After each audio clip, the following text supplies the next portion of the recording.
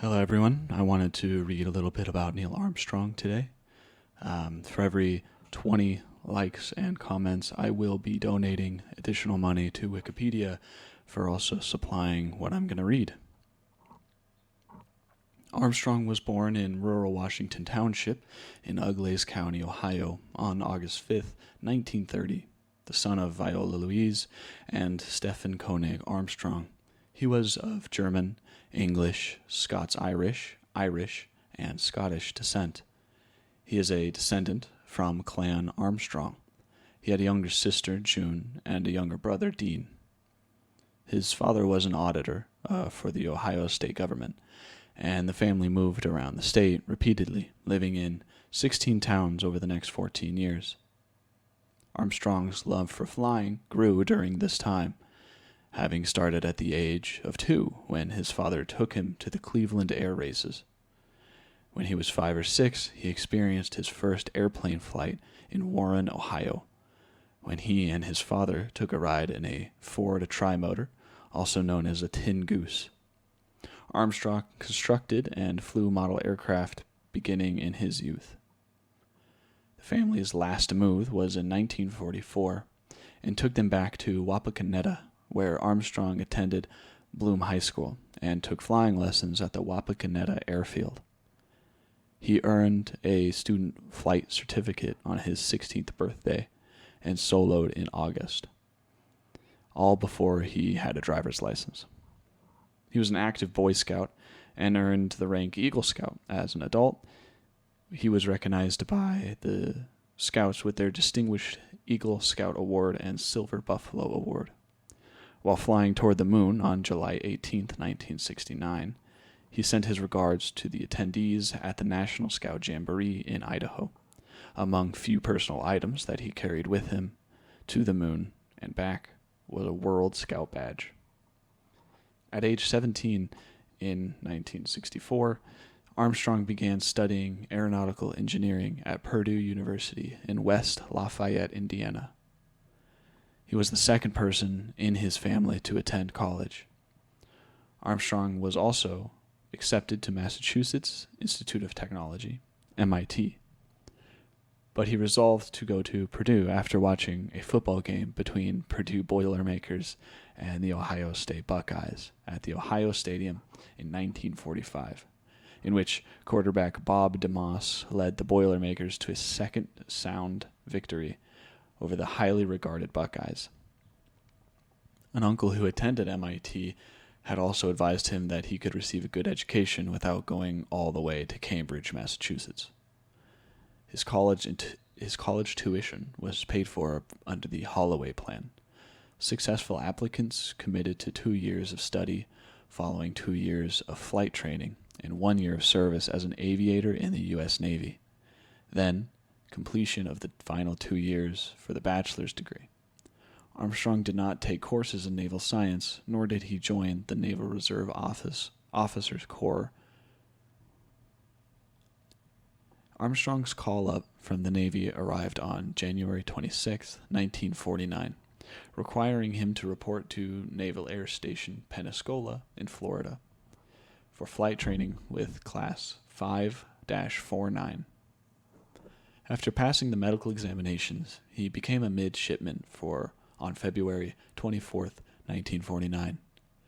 Flight training was conducted in North America, SNJ Trainer, in which he soloed on September 9, 1949. On March 2, 1950, he made his aircraft carrier landing on the USS Cabot, an achievement he considered comparable to his first solo flight. He was then sent to Naval Air Station Corpus Christi in Texas for training on the Grumman F-8F Bearcat, culminating in a carrier landing on the USS Wright. On August 16, 1950, Armstrong was informed by a letter that he was fully qualified naval aviator.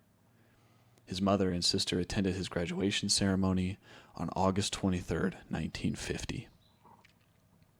Armstrong was assigned to the Fleet Aircraft Service Squadron at NAS San Diego, now known as NAS Island. He was assigned to FV-51, an all-jet squadron, becoming its youngest officer, and made his first flight in a jet Grumman F-9F Panther. On January 5th, 1951, he was promoted to ensign. On June 5th, 1951, he made his first jet carrier landing on the USS Essex 2 days later. Man, he's doing a lot in a few years, isn't he? On June 28th, 1951, the Essex had set sail for Korea with the VF-51 aboard. That's his group, his fleet aircraft group. The VF-51 flew ahead to the Naval Air Station at Barbers Point, Hawaii, where it conducted fighter-bomber training before rejoining with his ship at the end of July.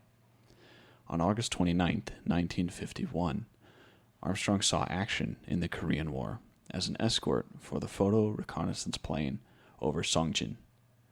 5 days later, September 3rd, he flew armed reconnaissance over the primary transportation and storage facilities south of the village of Majeon-ni, west of Wonsan.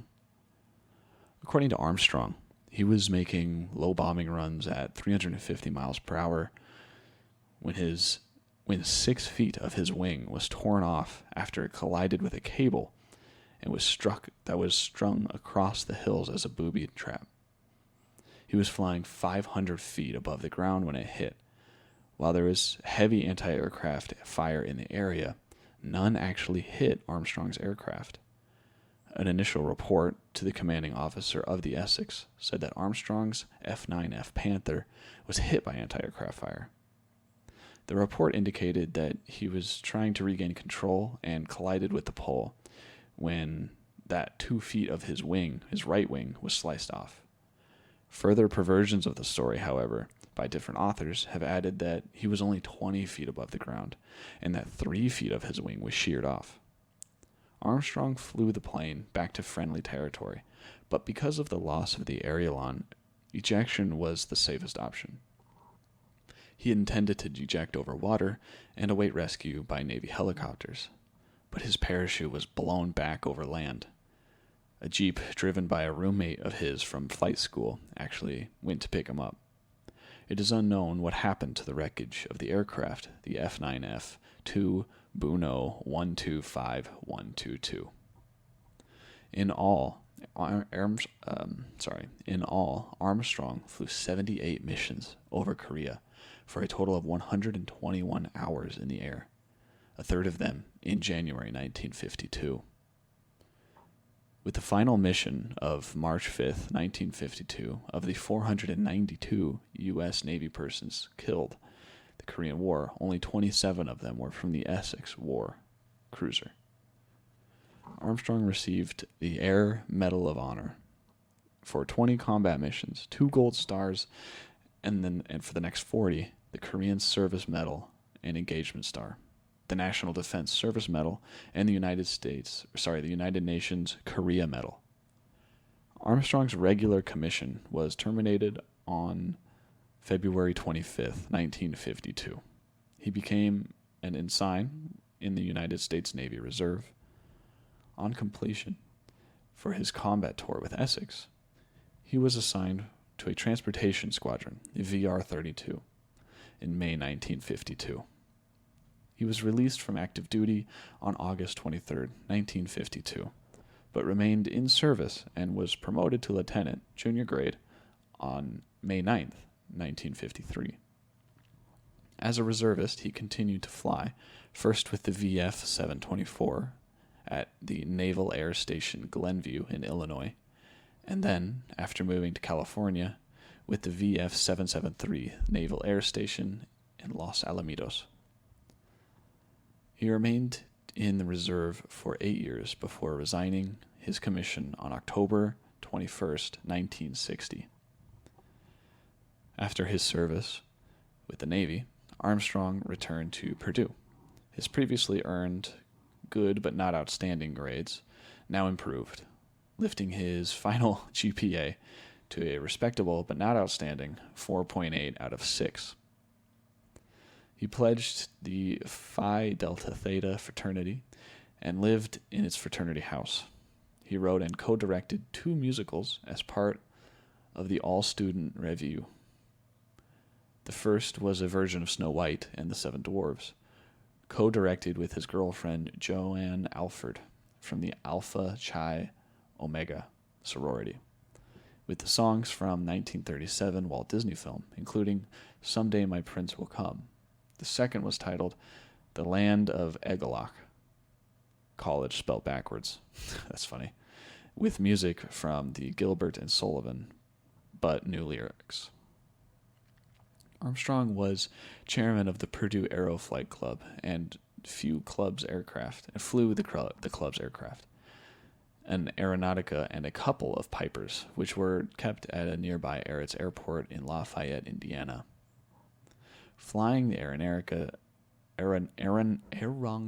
to Wepakoneta, Flying the Aeronautica to the Wepakoneta in 1954, he damaged it in a rough landing in a farmer's field, and he had to haul back to the Lafayette on a trailer.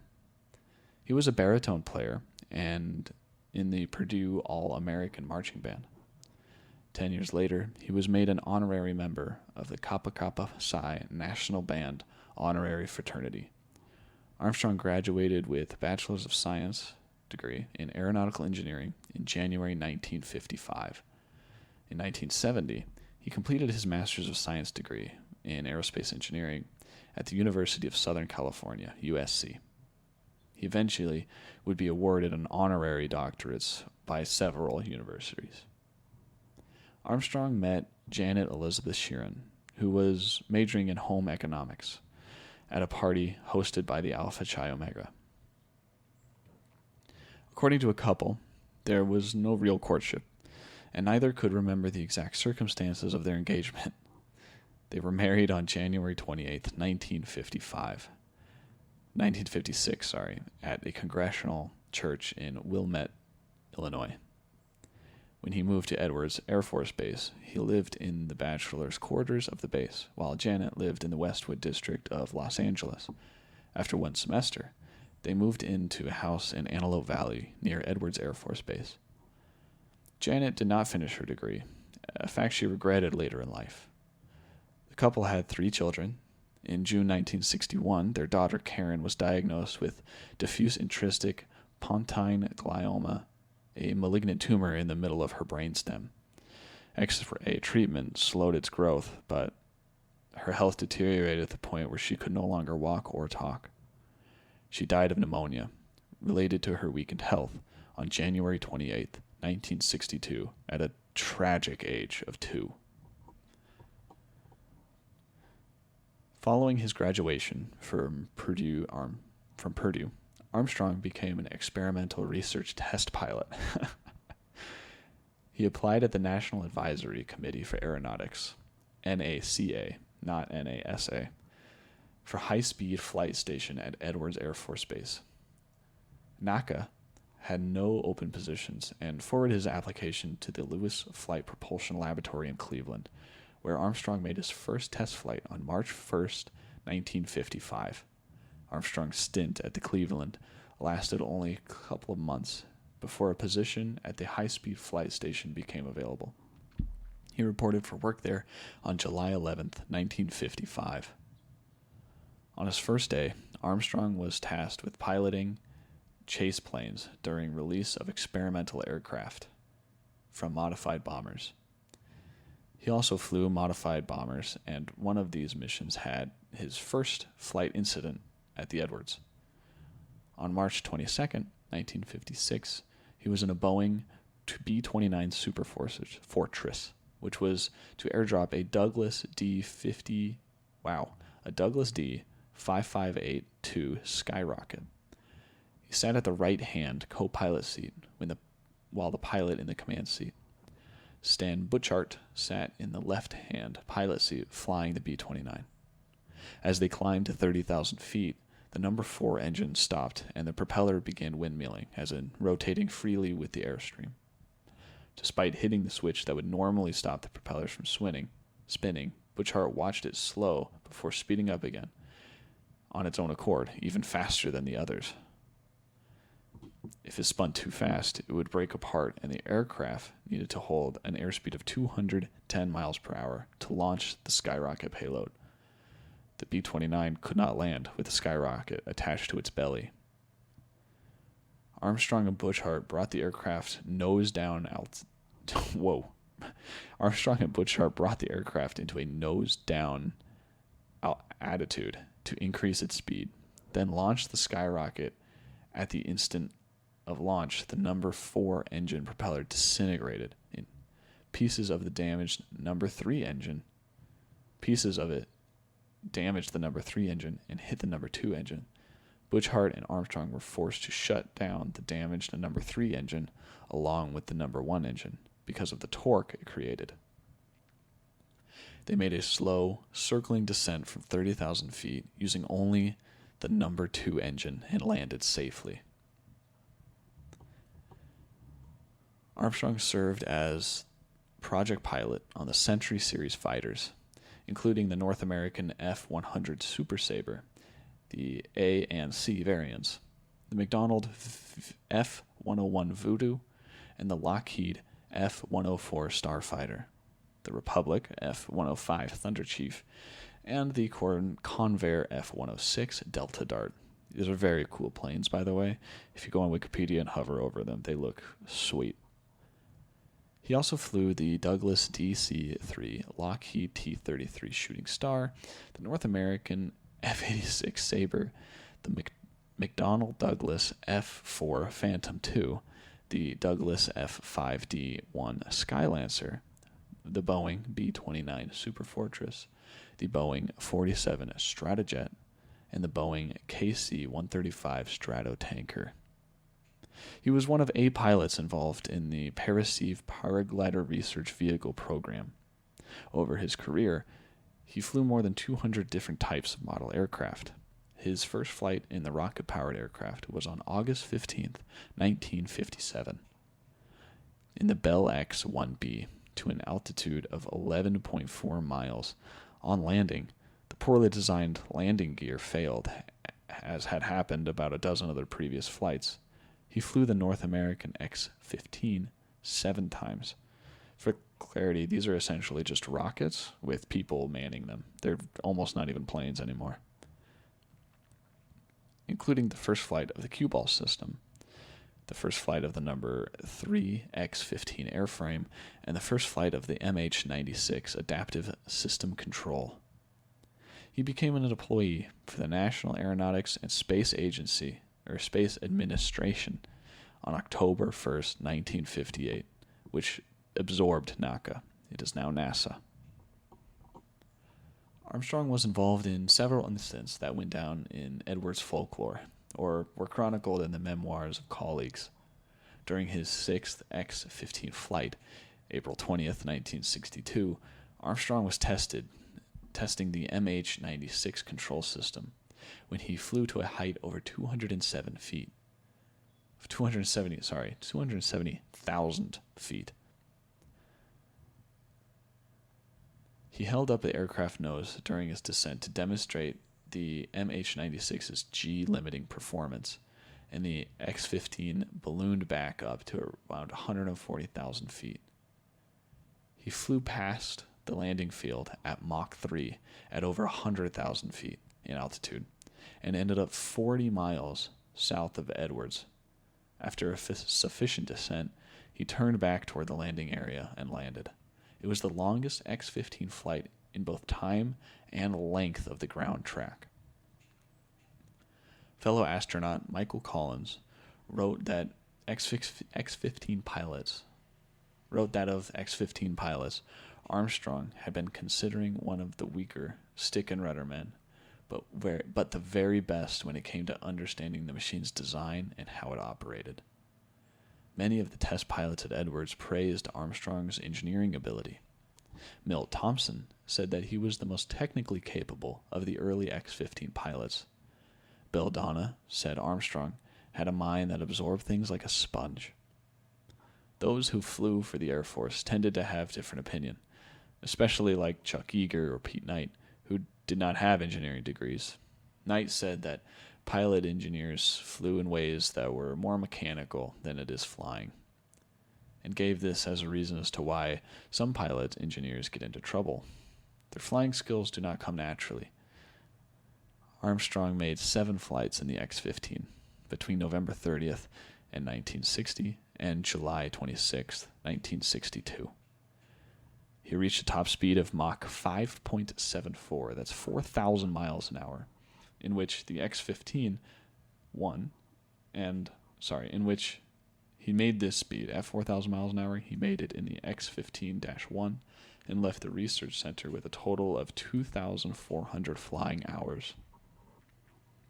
On April 24th, 1962, Armstrong flew for the only time with Yeager. Their job, flying the T-33, was to evaluate Smith and Ranch Dry Lake in Nevada for use as an emergency landing site for the X-15.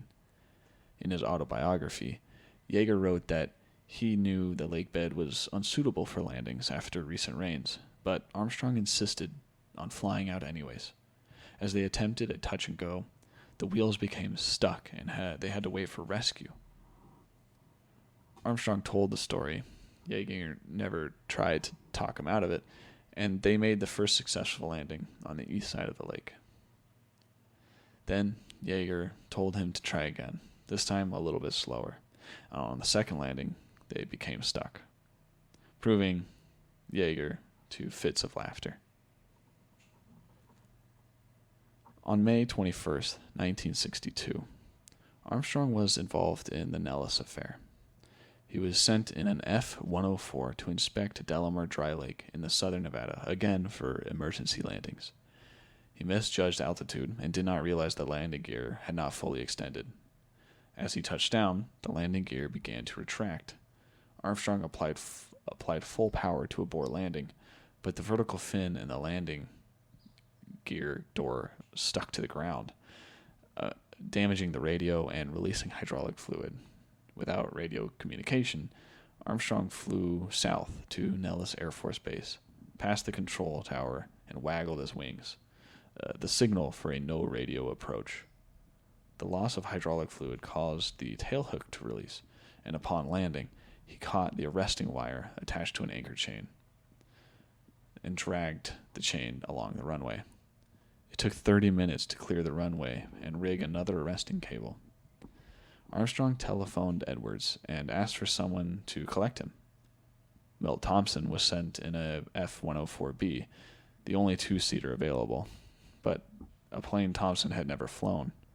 With great difficulty, Thompson made it to Nellis, where a strong crosswind caused a hard landing and left the main tire suffered a blowout.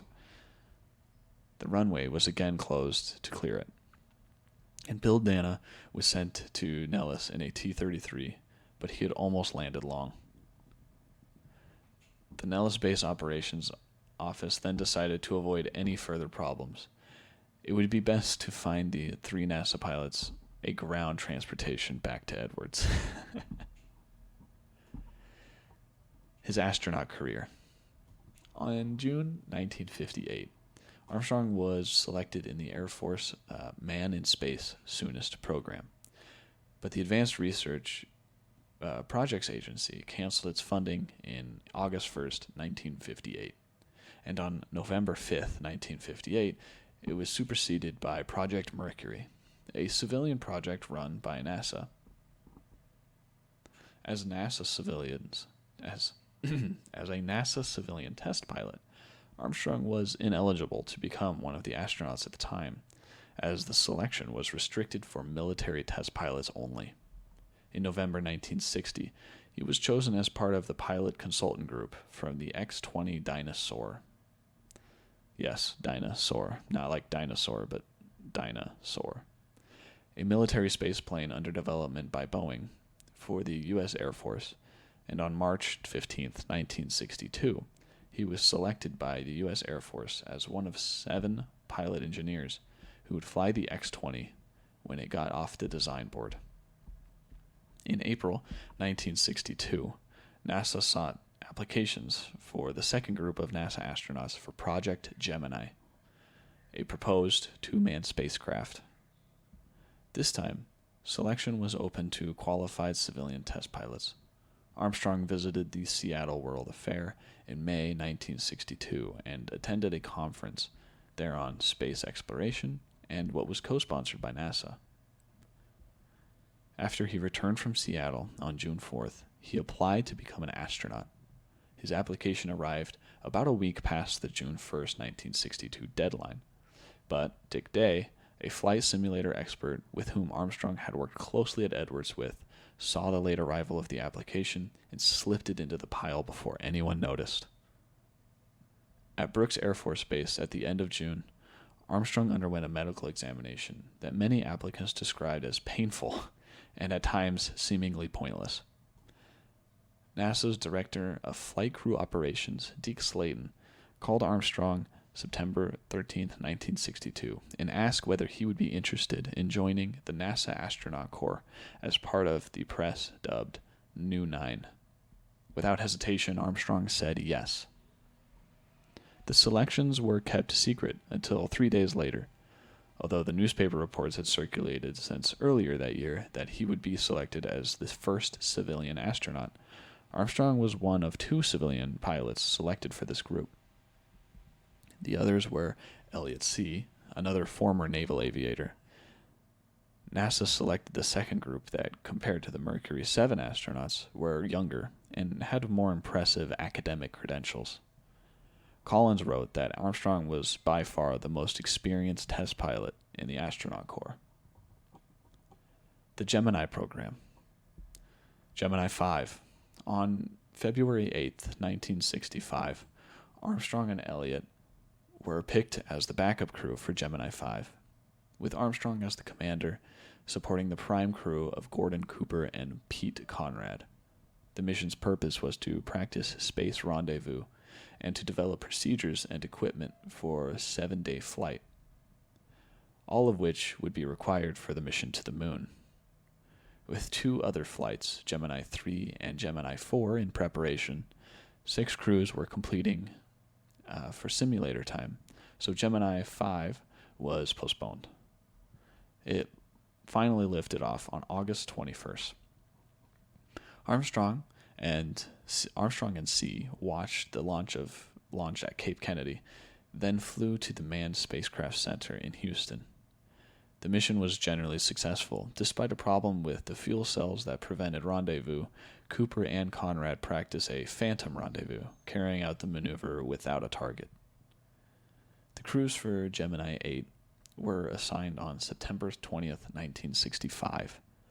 Under the normal rotation system, the backup crew for one mission became the prime crew for the third mission. But Slayton designated Dave Scott as the pilot for Gemini 8. Scott was the first member of the third group of astronauts who was selected on October 18, 1963. To receive a prime crew assignment, C was decided to command Gemini 9. Henceforth, Gemini mission was commanded by a member of Armstrong's group, with a member of Scott's group as the pilot. Conrad would be Armstrong's backup this time, and Richard F. Gordon Jr., his pilot. Armstrong became the first American civilian in space in the Gemini 8 program.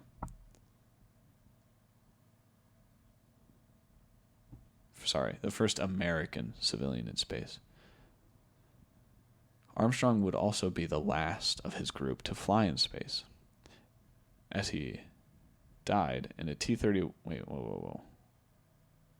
Okay. Armstrong would also be the last of his group to fly in space, as C died, not he died, as C died in a T-38 crash on November 28, 1966, that took his life of a crewmate, Charles Bassett. They were replaced by the backup crew of Tom Stafford and Gene Cernan, while Jim Lovell and Buzz Aldrin moved up from the backup crew of Gemini 10 to become the backup for Gemini 9, and would eventually fly in Gemini 12. Gemini 8 launched on March 16, 1966. It was the most expensive and complex mission yet, with a rendezvous and docking of an uncrewed Agena target vehicle. and the planned second American spacewalk. The mission was planned to last 75 hours and 55 orbits. After the Agena lifted off at 10 EST, the Titan II rocket carrying Armstrong and Scott ignited at 11:41:02 EST, putting them into orbit, from which they chased the Agena spacecraft. They achieved the first ever docking between the two spacecraft. Contact with the crew was intermittent due to the lack of tracking stations covering the entire globe. While out of contact with the ground, the docked spacecraft began to roll, and the Armstrong attempted to correct this with Gemini's orbit attitude and maneuvering systems. Following the earlier advice of Mission Control, they undocked, but the roll increased dramatically until they were turning about once per second. For some context, if you're in space and you're turning that fast, you're actually at risk of passing out, and there would be no way to ever stop the turn. So you would just die up there because you're passed out and unable to regain consciousness. Indicating a problem with the Gemini's attitude control, Armstrong engaged the Reentry Control Systems, RCS, and turned off the OMS. Mission rules dictated that once the system was turned off, the spacecraft had to re-enter at the next possible opportunity. It was later, though, that the damaged wiring caused one of the thrusters to stick in the on position. A few people on the astronaut office, including Warren Cunningham, felt that Armstrong and Scott had botched their first mission. There was speculation that Armstrong could have salvaged the mission if he had turned on only one of the two RCS rings, saving the other for the mission objectives. These criticisms were unfounded. No malfunction procedures had been written, and it was only possible to turn on both RCS rings, not one or the other. Gene Kranz wrote, "The crew reacted as they were trained. And they reacted wrong because we trained them wrong. The mission planners and controllers had failed to realize that when two spacecraft were docked, they must be considered one spacecraft. Kranz considered this to be the mission's most important lesson." Armstrong was depressed that the mission was cut short, canceling most mission objectives and robbing Scott of his EVA. The Agena was later reused as a docking target for Gemini 10. Armstrong and Scott received the NASA Exceptional Service Medal, and the Air Force awarded Scott the Distinguished Flying Cross as well. Scott was promoted to lieutenant colonel, and Armstrong received $678 raise in pay to $21,653 a year, an equivalent to $210,000 in 2024, making him NASA's highest paid astronaut. Gemini 11. In Armstrong's final assignment, Gemini 11, in Armstrong's final assignment in the Gemini program, he was back up to the command pilot for Gemini 11. Having trained for 2 flights, Armstrong was quite knowledgeable about the systems and took on teaching the role to the rookie backup pilot William Anders. The launch was on September 12, 1966, with Conrad and Gordon on board, who successfully completed the mission objectives, while Armstrong served as the capsule communicator. Following the flight, President Lyndon B. Johnson asked Armstrong and his wife to take part in a 24-day goodwill tour of South America. Also on the tour, which took to 11 countries and 14 major cities, was Dick Gordon, George Low, their wives, and other government officials. In Paraguay, Armstrong greeted dignitaries in their local language, Guarani, and in Brazil, he talked about the exploits of the Brazilian-born aviation pioneer Alberto Santos Dumont. The Apollo program. This is the big one, guys. On January 27th, 1967, the day of the Apollo 1 fire, Armstrong was in Washington, D.C. with Cooper, Gordon, Lovell, and Scott Carpenter. for the signing of the United Nations Outer Space Treaty. The astronauts chatted with the assembled dignitaries until 1845, when Carpenter went out to the airport and the others returned to Georgetown Inn, where they each found messages on the phone. During these calls, they learned of the deaths of Gus Grissom, Ed White, and Roger Coffey in the fire. Armstrong and the group spent the rest of the night drinking scotch and discussing what happened.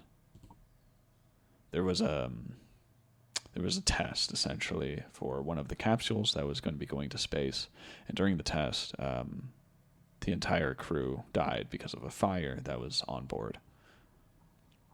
On April 5th, 1967, the same day the Apollo 1 investigation released its final report, Armstrong and 17 other astronauts gathered for a meeting with Slayton.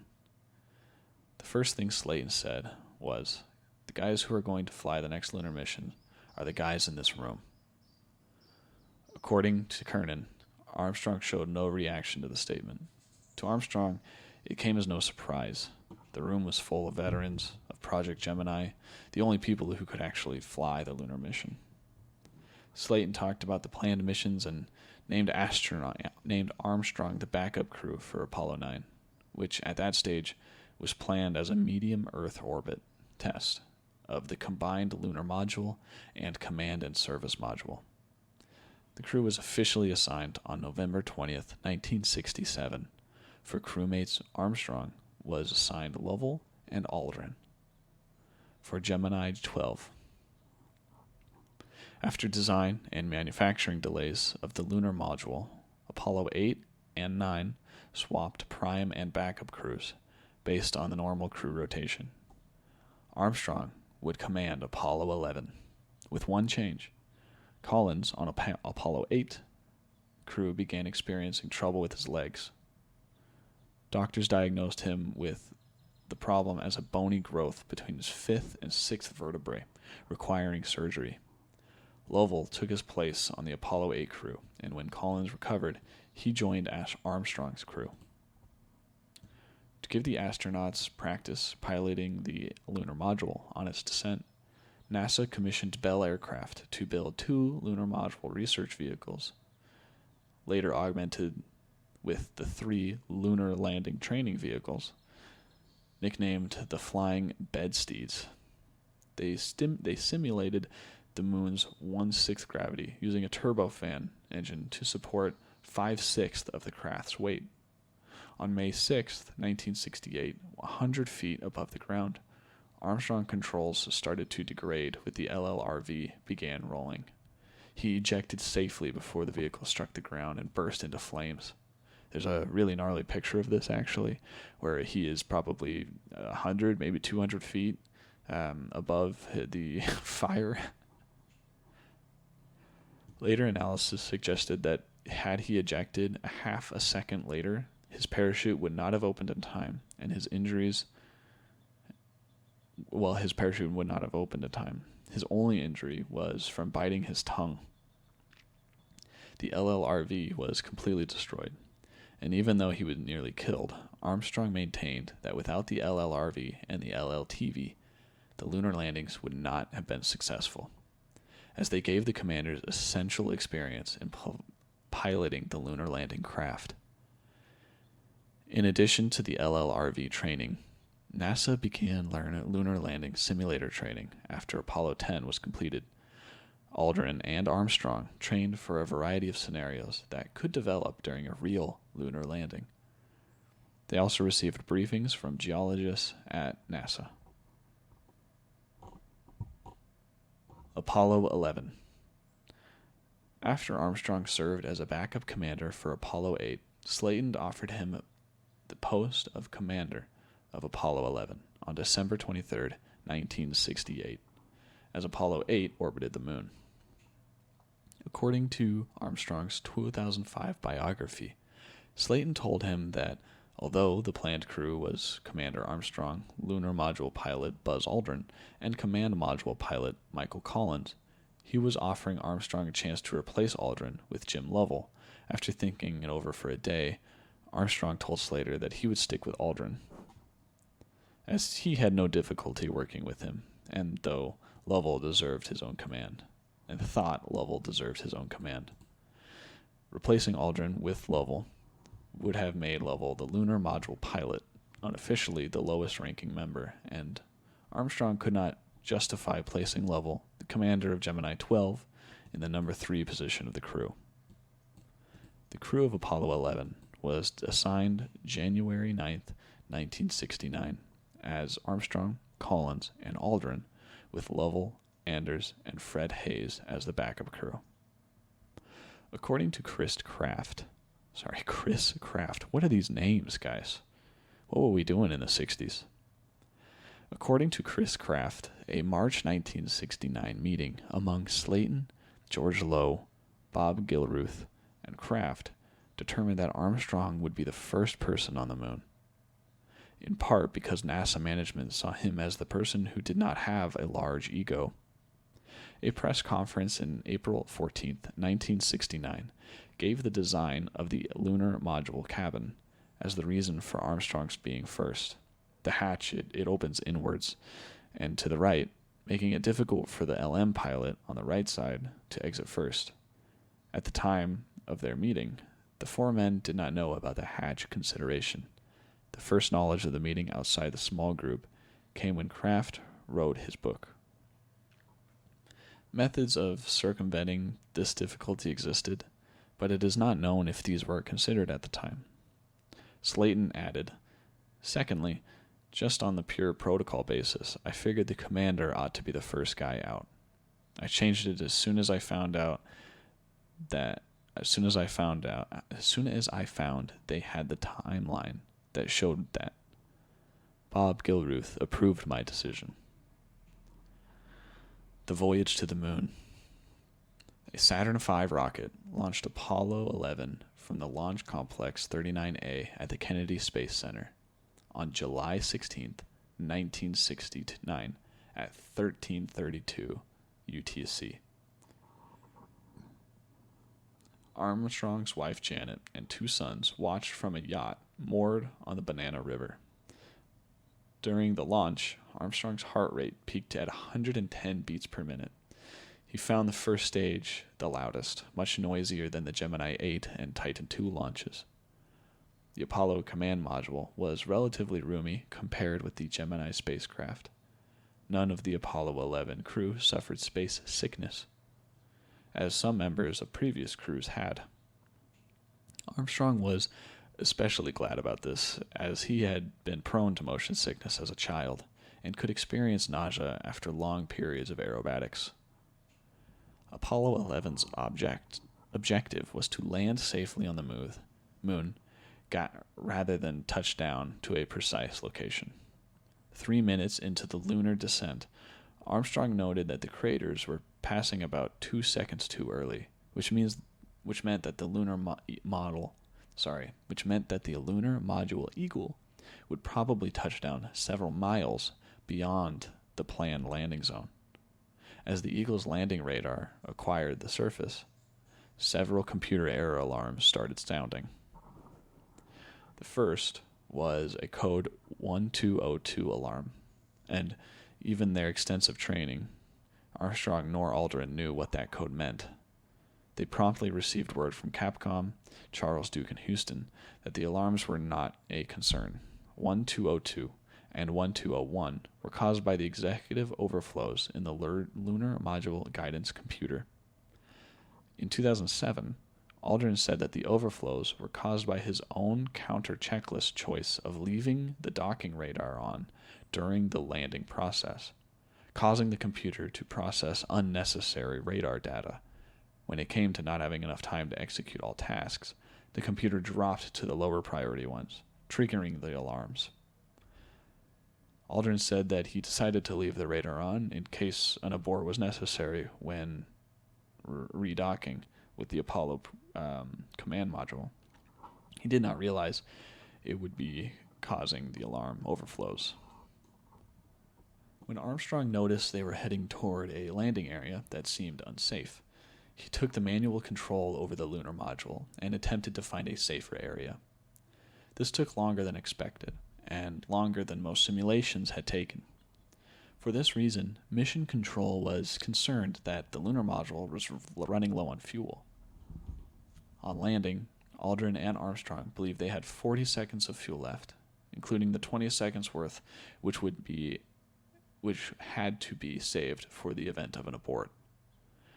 During training, Armstrong had, on several occasions, landed with fewer than 15 seconds of fuel left.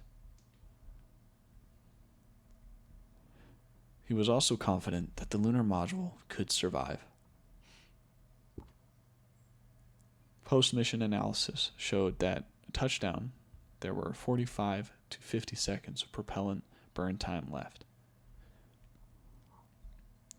The landing on the surface of the moon occurred several seconds after 20:17:40 UTC on July 20th, 1969. One of the three 67-inch probes attached to the LM's four legs made contact with the surface. A panel light in the LM illuminated, and Aldrin called out, "Contact light."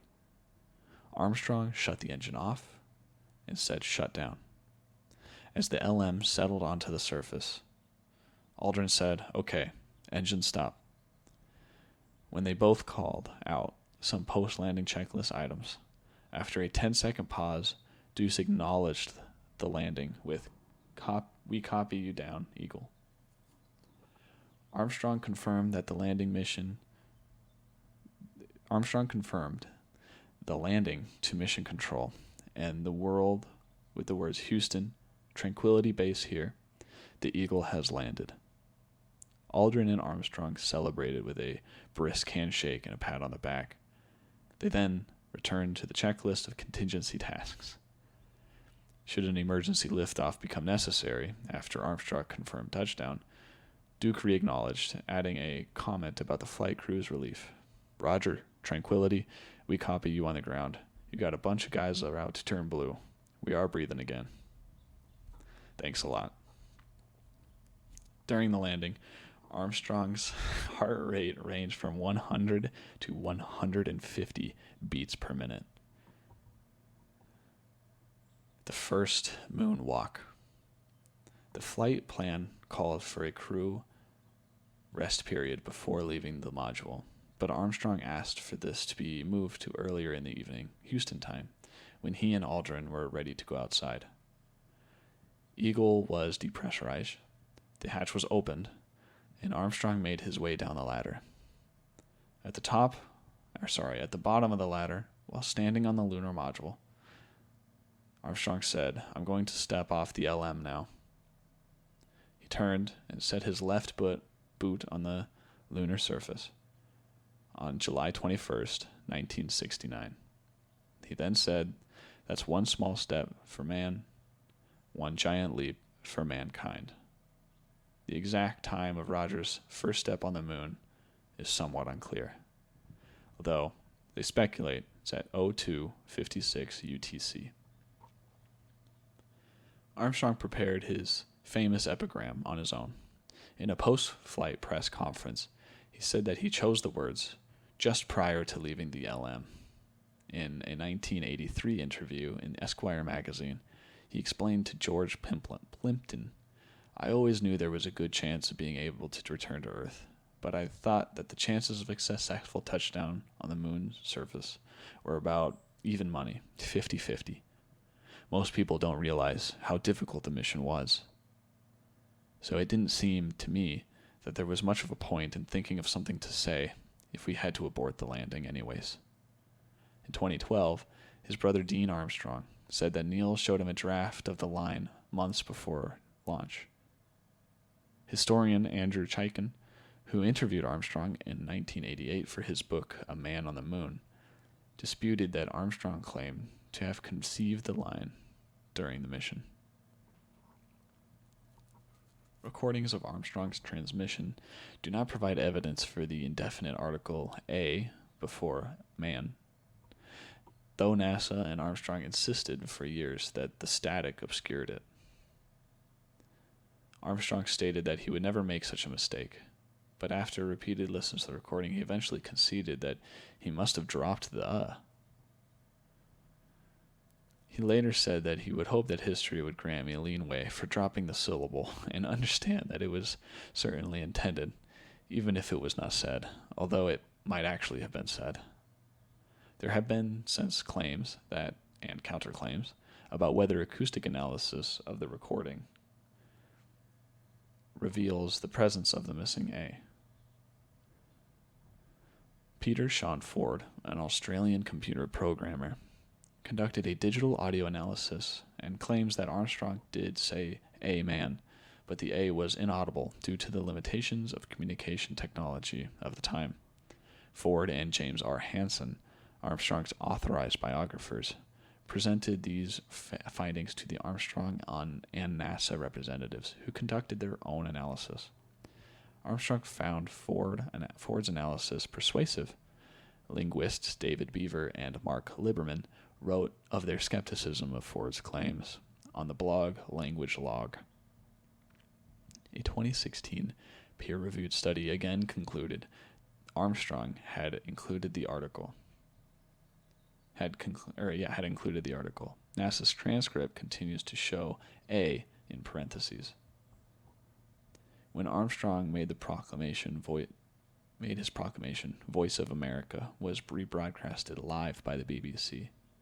Many of the stations worldwide, an estimated 530 million people, viewed this event. 20% of the world population of approximately 3.6 billion.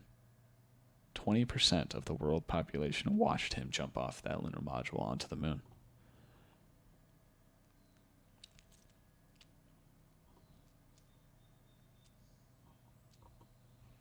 About 19 minutes after Armstrong's first step, Aldrin joined him on the surface, becoming the second human to walk on the moon. They began their task of investigating how easily a person could operate on the lunar surface. Armstrong unveiled a plaque commemorating the flight, and with Aldrin, planted the flag of the United States. Although Armstrong had wanted the flag to be draped on a flagpole, it was decided that the metal rod would hold it horizontally. However, the rod did not fully extend, leaving the flag with a slightly wavy appearance, as if there were a breeze.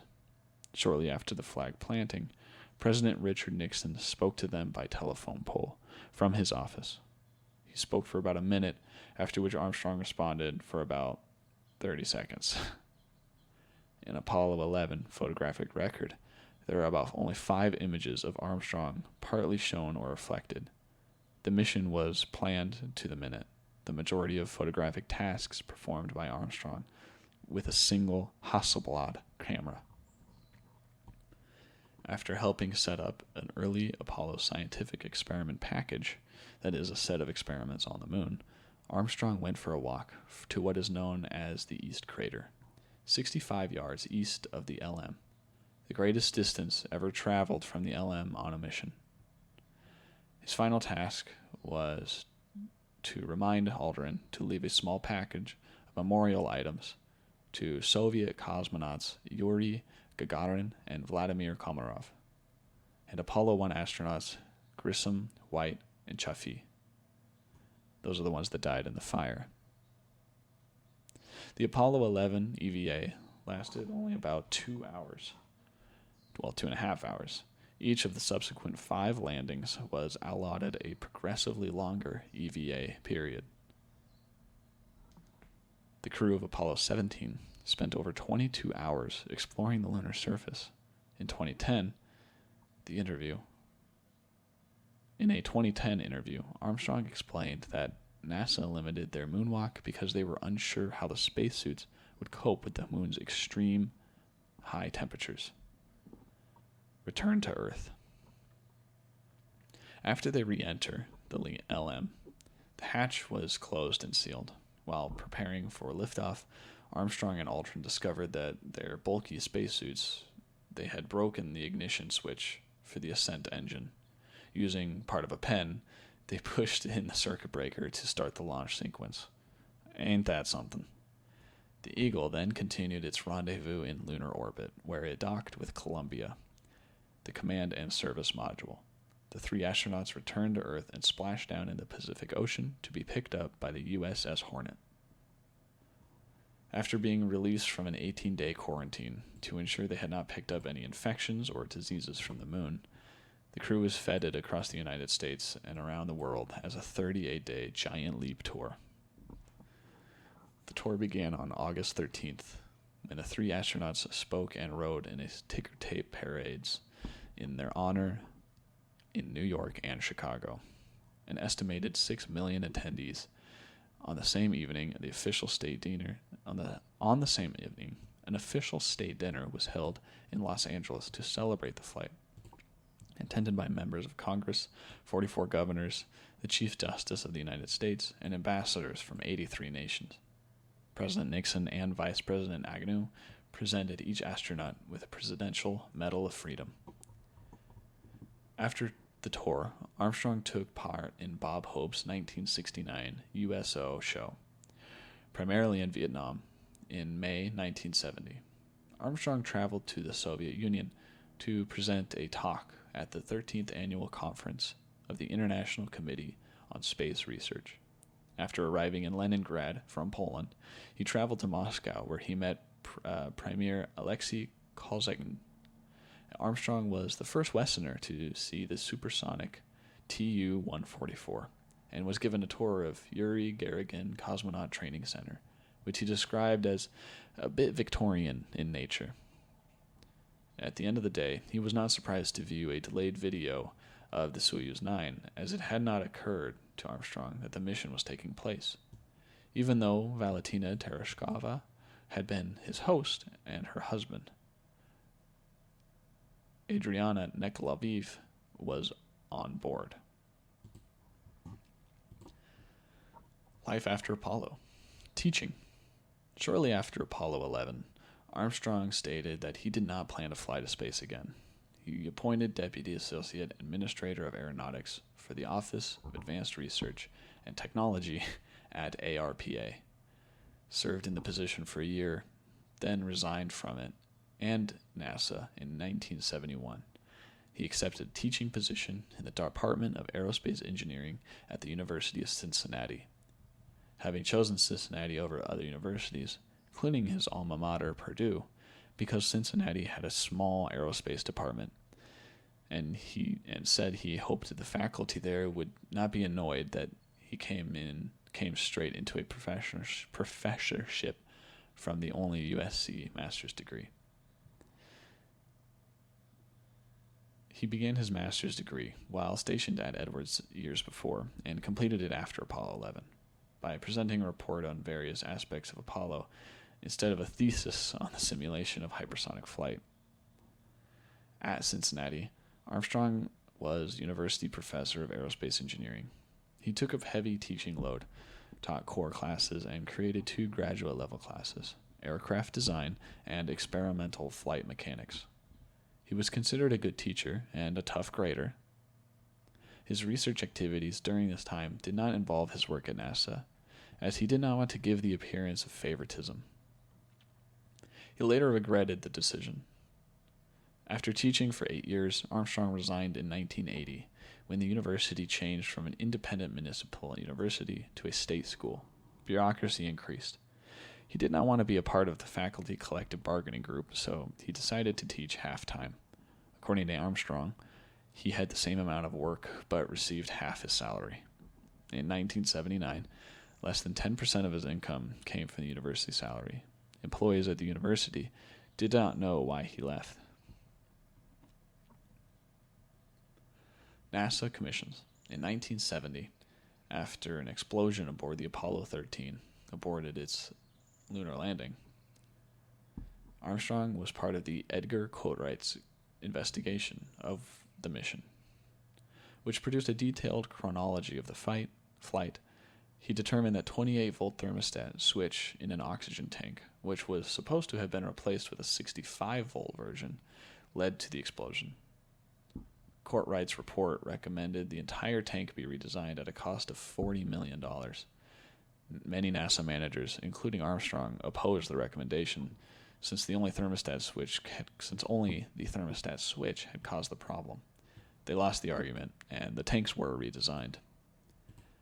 In 1986, President Ronald Reagan asked Armstrong to join the Rogers Commission, investigating the Space Shuttle Challenger disaster.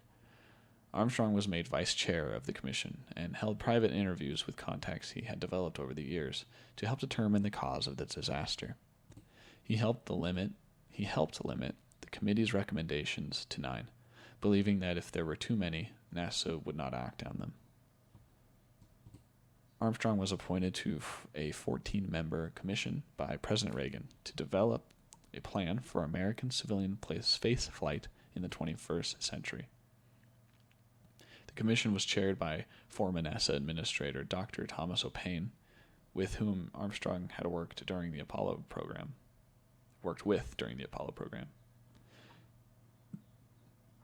The group published a book titled Pioneering Space Frontier, a report on the National Commission on Space, recommending a permanent lunar base by 2006, the sending of people to Mars by 2015. The recommendations were largely ignored and overshadowed by the Challenger disaster. Armstrong and his wife attended a memorial service for the victims of the Space Shuttle Columbia disaster in 2003 at the invitation of President George W. Bush. His business activities. After Armstrong retired from NASA in 1971, he acted as a spokesman for several businesses. The first company to successfully approach him was Chrysler, for whom he had appeared in an advertisement starting in January 1979. Armstrong thought that they had strong engineering division and were they were in financial difficulty. He later acted as a spokesman for other American companies, including General Time Corporation and the Bankers Association of America. He acted as a spokesman for the only American companies. He only acted as a spokesman for American companies.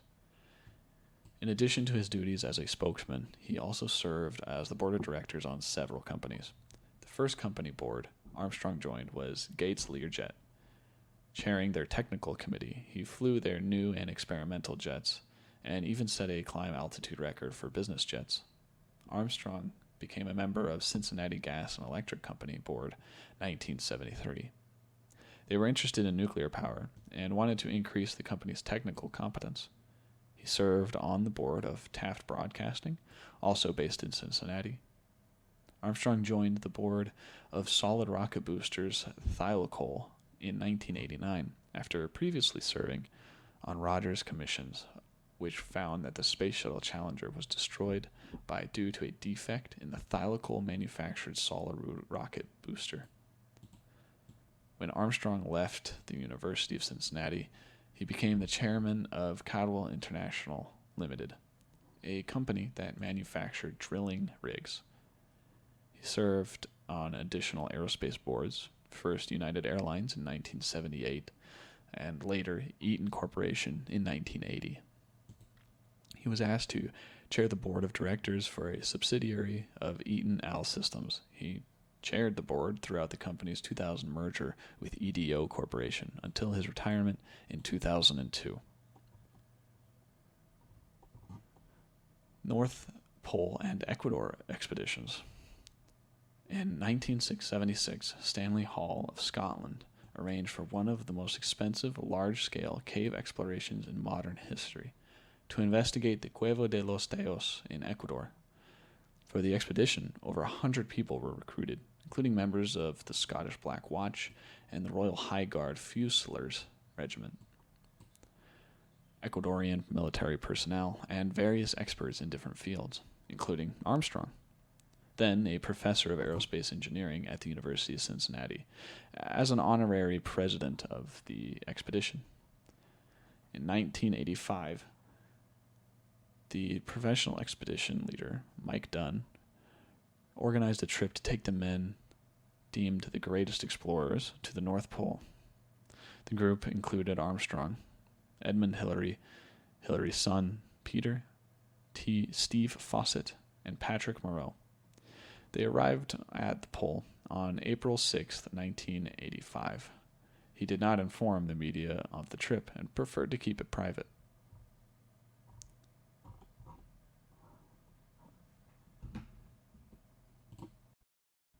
On August 7th, 2012, Armstrong underwent bypass surgery at Mercy Faith Fairfield Hospital in Fairfield, Ohio, to relieve coronary artery disease. Although he was reportedly recovering well, he developed complications and died on August 25th.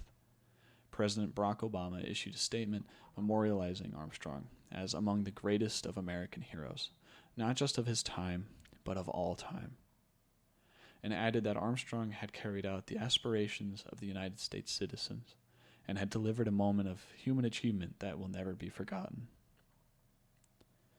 Armstrong's family released a statement describing him as a reluctant American hero who had served his nation proudly as a fighter Navy pilot, test pilot, and astronaut. And while we mourn the loss of a very good man, we must also celebrate his remarkable life and hope that it serves as an example to young people and around the world to work hard to make their dreams come true, to be willing to explore and push the limits, and to selflessly serve a cause greater than themselves. For those who may ask what they can do to honor Neil, we have one simple request: honor his example of service, accomplishment, and modesty. And the next time you walk outside on a clear night and see the moon smiling down on you, think of Neil and give him a wink.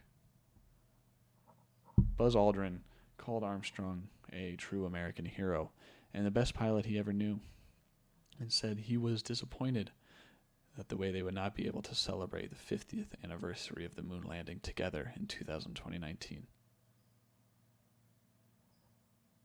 He was the best, and I will miss him terribly, said Michael Collins. NASA Administrator Charles Bolden said as long as there are history books, Neil Armstrong will be included in them, remembered for taking humankind's first small step on the world beyond their own. A tribute was held for Armstrong on September 13th at Washington National Cathedral, whose space window depicted the Apollo 11 mission and holds a sliver of moon rock amid its stained glass panels. In attendance were Armstrong's Apollo 11 crewmates Collins and Aldrin, Gene Cernan, the Apollo 17 mission commander and last man to walk on the moon, and former Senator and astronaut John Glenn, the first American to orbit the Earth. In his eulogy, Charles Bolden praised Armstrong's courage, grace, and humility. Cernan recalled Armstrong's low-fuel approach to the moon. When the gauge says empty, we all know there's a gallon or two left in the tank, he said. Colin led prayers. David Scott spoke, possibly for the first time, about an incident during the Gemini 8 program. That's the one where they were spinning in space. Minutes before the hatch had to be sealed, a small chip of glue fell onto the latch of his harness and prevented it from being buckled. Threatening to abort the mission, Armstrong then called Conrad over to solve the problem, which he did, and the mission proceeded. That happened because Neil Armstrong was a team player. He was always worked on behalf of the team. Congressman Bill Johnson, from Armstrong's home state of Ohio, led calls for President Barack Obama to authorize a state funeral in Washington, D.C. Throughout his lifetime, Armstrong shunned publicity and rarely gave interviews. Mindful that Armstrong would have objected to a state funeral, his family opted for a private funeral in Cincinnati on September 14th. Armstrong's cremated remains were scattered in the Atlantic Ocean from the USS Philippine Sea. Flags were flown at half-staff on the day of Armstrong's funeral. In July 2019, after observations of the 50th anniversary of the moon landing, the New York Times reported on details of a medical malpractice suit Armstrong's family had filed against Mercy Health Fairfield Hospital, where he died. When Armstrong appeared to be recovering from his bypass surgery, nurses removed the wires connecting the temporal pacemaker, and he began a bleed internally, and his blood pressure dropped. Doctors took him to the hospital catheterization laboratory and only later began operating. 2 of the 3 physicians who reviewed the medical files during the lawsuit called this a serious error, saying surgery should have begun immediately. Experts at the Times talked to, while qualifying their judgment by noting that they were unable to review specific records in the case, said that taking a patient directly to the operating room under those circumstances generally gave them a higher chance of survival. The family ultimately settled for $6 million in 2014. Letters included with the 93 pages of documents sent to the Times by an unknown person show that his sons intimated to the hospital through their lawyers that they might discuss what happened to their father publicly at the 45th anniversary observance in 2014. The hospital, fearing the bad publicity that it would result from being accused of negligently causing the death of the revered figure Armstrong, agreed to pay as long as the family never spoke about the suit or the settlement. Armstrong's wife, Carol, was not a party to the lawsuit. She reportedly felt that her husband would have opposed taking legal action.